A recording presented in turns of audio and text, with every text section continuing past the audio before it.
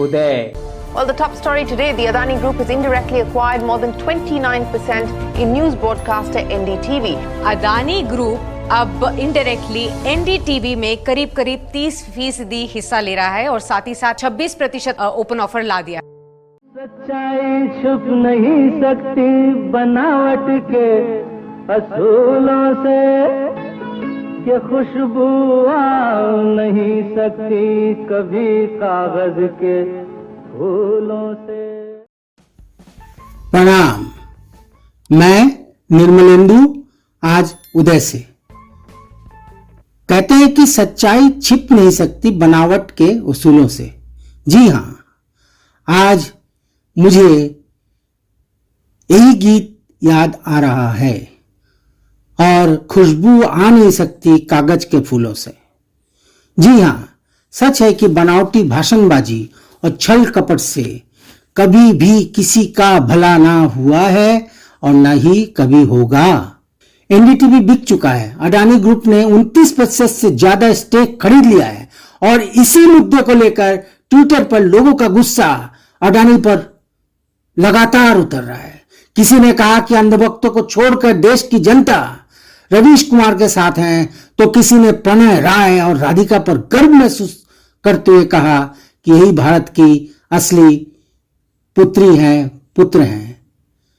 सच्ची पत्रकारिता के प्रति लोगों का जुनून देखने को मिला। लोगों ने इस जुनून को सलाम किया, तो किसी ने यह भी कहा कि रवीश कुमार के साथ हम हैं, हम जनता। दरअसल गौतम अडानी की अगुवाई वाले अडानी समूह की मीडिया कंपनी ने 23 अगस्त को न्यू दिल्ली टेलीविजन लिमिटेड यानी एनडीटीवी की 29% 18% हिस्सेदारी खरीदने का ऐलान कर दिया। यह हिस्सेदारी अभी अप्रत्यक्ष रूप से खरीदी गई है। भास्कर में ऐसा ही छपा है कि अडानी समूह की कंपनी ने उस कंपनी से यह हिस्सेदारी ली है जिसके पास एनडीटीवी के शेयर थे। इसलिए अब ऐसा माना जा रहा है कि अब अडानी समूह धीरे धीरे एनडीटीवी में 26% हिस्सेदारी भी भविष्य में खरीदने की योजना बना चुका है। और यदि योजना सफल हो गई तब कंपनी में कुल 55% से ज्यादा हिस्सेदारी गौतम अडानी की कंपनी की हो जाएगी और वो अपनी छड़ी चलाएंगे, जैसा चाहेंगे वैसा न चाहेंगे। लेकिन एनडीटीवी के मैनेजमेंट ने मोदी की तरह ही 56 इंच का सीना ठोककर साफ साफ शब्दों में कह दिया है कि हम इस प्रकरण में कानूनी सलाह ले रहे हैं। ऐसे झूठ के प्रति कार्रवाई भी कर सकते हैं। इस खबर के आते ही रवीश के प्रशंसक सख्ते में आ गए, लेकिन तभी एनडीटीवी की ओर से यह बताया गया कि हम कानूनी कार्रवाई करेंगे। क्या है पूरा माजरा, चलिए हम समझने की कोशिश करते हैं।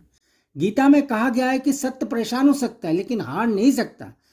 पैसे के बलबूते सच्चाई को, ईमानदारी को कोई खरीद नहीं सकता। परमात्मा का अंश है आत्मा, परमानंद लुटावे हो, तब तक विचरे परमात्मा में, जब तक जा न समावे हो। दरअसल अडानी को मोहरा बनाकर उसके नाम पर बीजेपी अपनी आर्थिक स्थिति मजबूत कर रही है। ऐसा ही मान रहे हैं पत्रकार बंधु, ताकि कोई टक्कर में ही ना रहे। हर क्षेत्र में, हर जगह, संसद से सड़क तक एकाधिकार बीजेपी का ही हो। लेकिन एक सच ये भी है बंधु कि अडानी के सारे सपने चूर चूर होकर बिखर गए हैं फिलहाल। सपने सारे यार टूट गए, तू हुई हर जाई, दिल हुआ है टुकड़े टुकड़े, ऐसी ठोकर खाई, दिल हुआ है टुकड़े टुकड़े, ऐसी ठोकर खाई। हालांकि एनडीटीवी की सीईओ बोली कि हमसे अब तक कोई बात ही नहीं हुई है।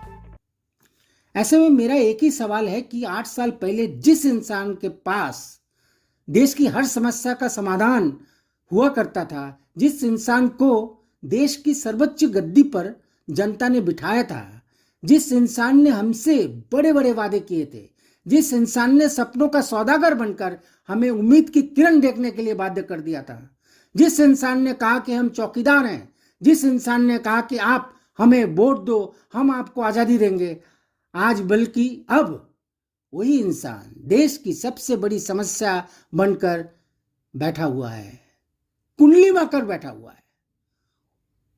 उस इंसान का नाम है नरेंद्र मोदी। अब तो आम जनता ही नहीं, मोदी के भक्त गडकरी जैसे लोग भी मोदी से पूछ रहे हैं कि क्या हुआ तेरा वादा। क्या हुआ तेरा वादा, वो कसम वो इरादा। कोई सीधे पूछ रहा है, कोई घुमाकर पूछ रहा है, और शायद इसीलिए गडकरी को हटाया गया। हालांकि डील में अब एक नया मोड़ यह भी आया है। अब बीसीपीएल ने दावा किया है कि सौदे के लिए सेबी की मंजूरी की जरूरत नहीं है। तो आज बस इतना ही, फिर मिलेंगे कोई और विषय के साथ। तब तक के लिए आपसे विदा ले रहा हूं। गुजारिश है सब्सक्राइब जरूर करें और अपने दोस्तों से शेयर भी करें, हो सके तो कमेंट भी कर दें इसी उम्मीद के साथ। प्रणाम।